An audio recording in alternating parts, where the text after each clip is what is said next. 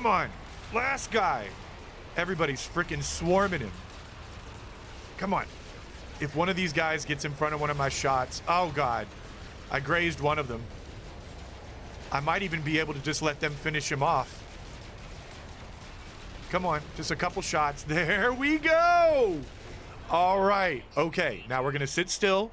If these guys start fighting each other like they did last time. All right, the captain is talking to us. Friend Gek, yes. The life form, who must be the captain of this freighter, looks greatly relieved. They gesture as if to welcome me aboard their vessel. Guys, it's happening. What kind of... I wasn't even paying attention to the kind of freighter it is. I was just being careful not to hit it. Okay, this thing is huge. Look at all the cargo containers it's got. Okay, so it's probably got a decent size base inventory because it's got all these cargo containers on the outside. And it's one of the larger models as well. Which means, I mean, I don't want to jinx it, but this does not look like a C-class freighter. So maybe we lucked out that the very first one that we ran into, which is almost always a C-class, we started our pirate journey rather than claiming that freighter. We've got a freighter. I mean, I don't want to jinx it, but I think it's definitely at least a B class. I'll be able to tell once we get up to the bridge and take a look at the base area. Sometimes you'll have some gardening units. Sometimes you'll have, you know, some refiners or something like that, and it'll tell you it's up the green path here before I talk to anybody in the bridge. Okay, so we've got a little office there. Heck yeah, that is the best one, the intergalactic scanner or whatever.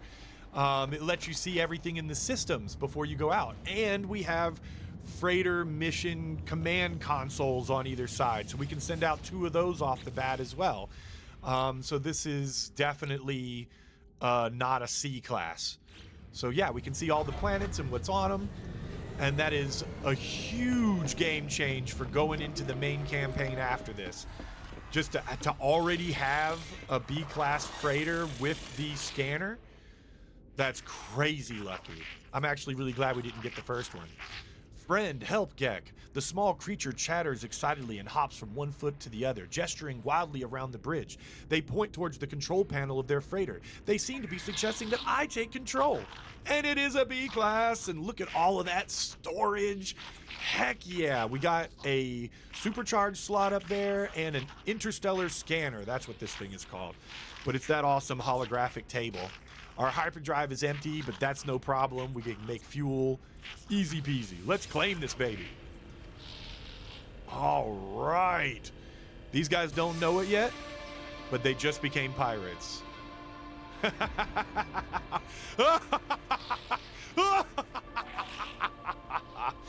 Okay, anyway.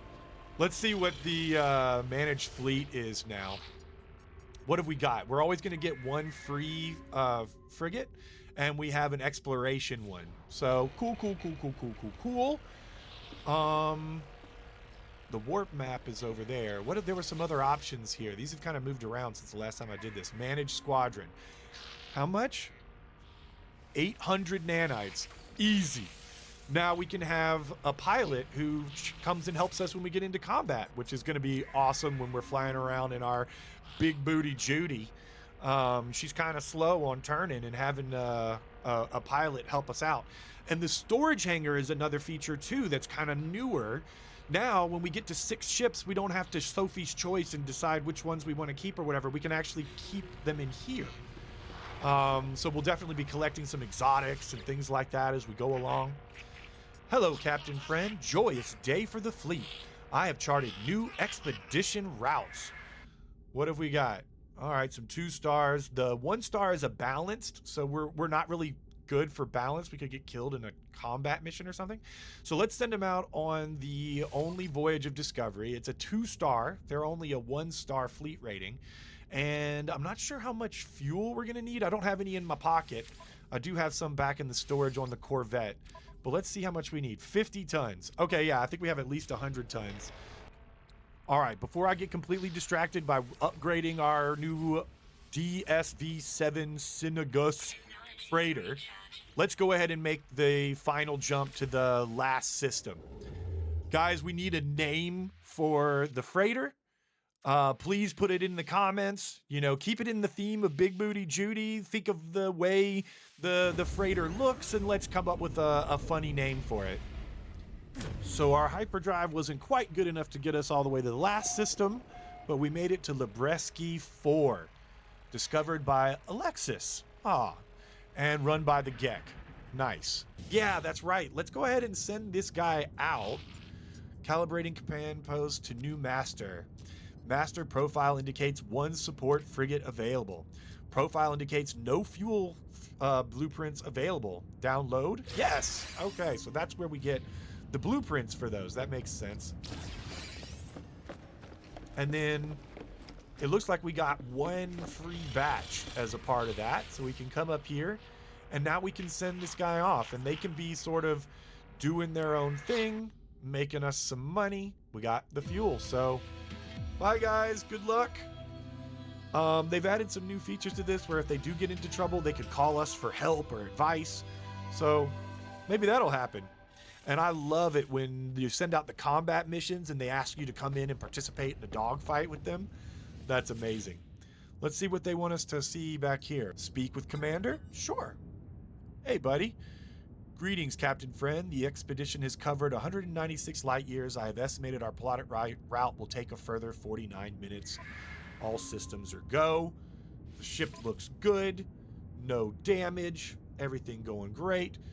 They are docile and sensitive handling. They are Gek.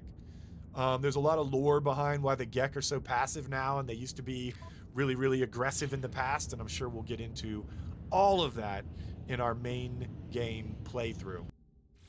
But right now we're on a mission. We're gonna get to this final freaking check-in. I swear to freaking... All right. Yes. We can make a little skip over to the next system. Oh, man. We just like...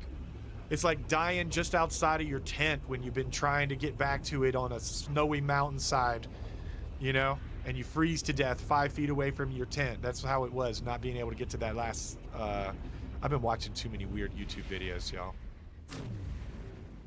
Also, just in case you didn't know, whenever you warp in your freighter, you can't warp into a space battle.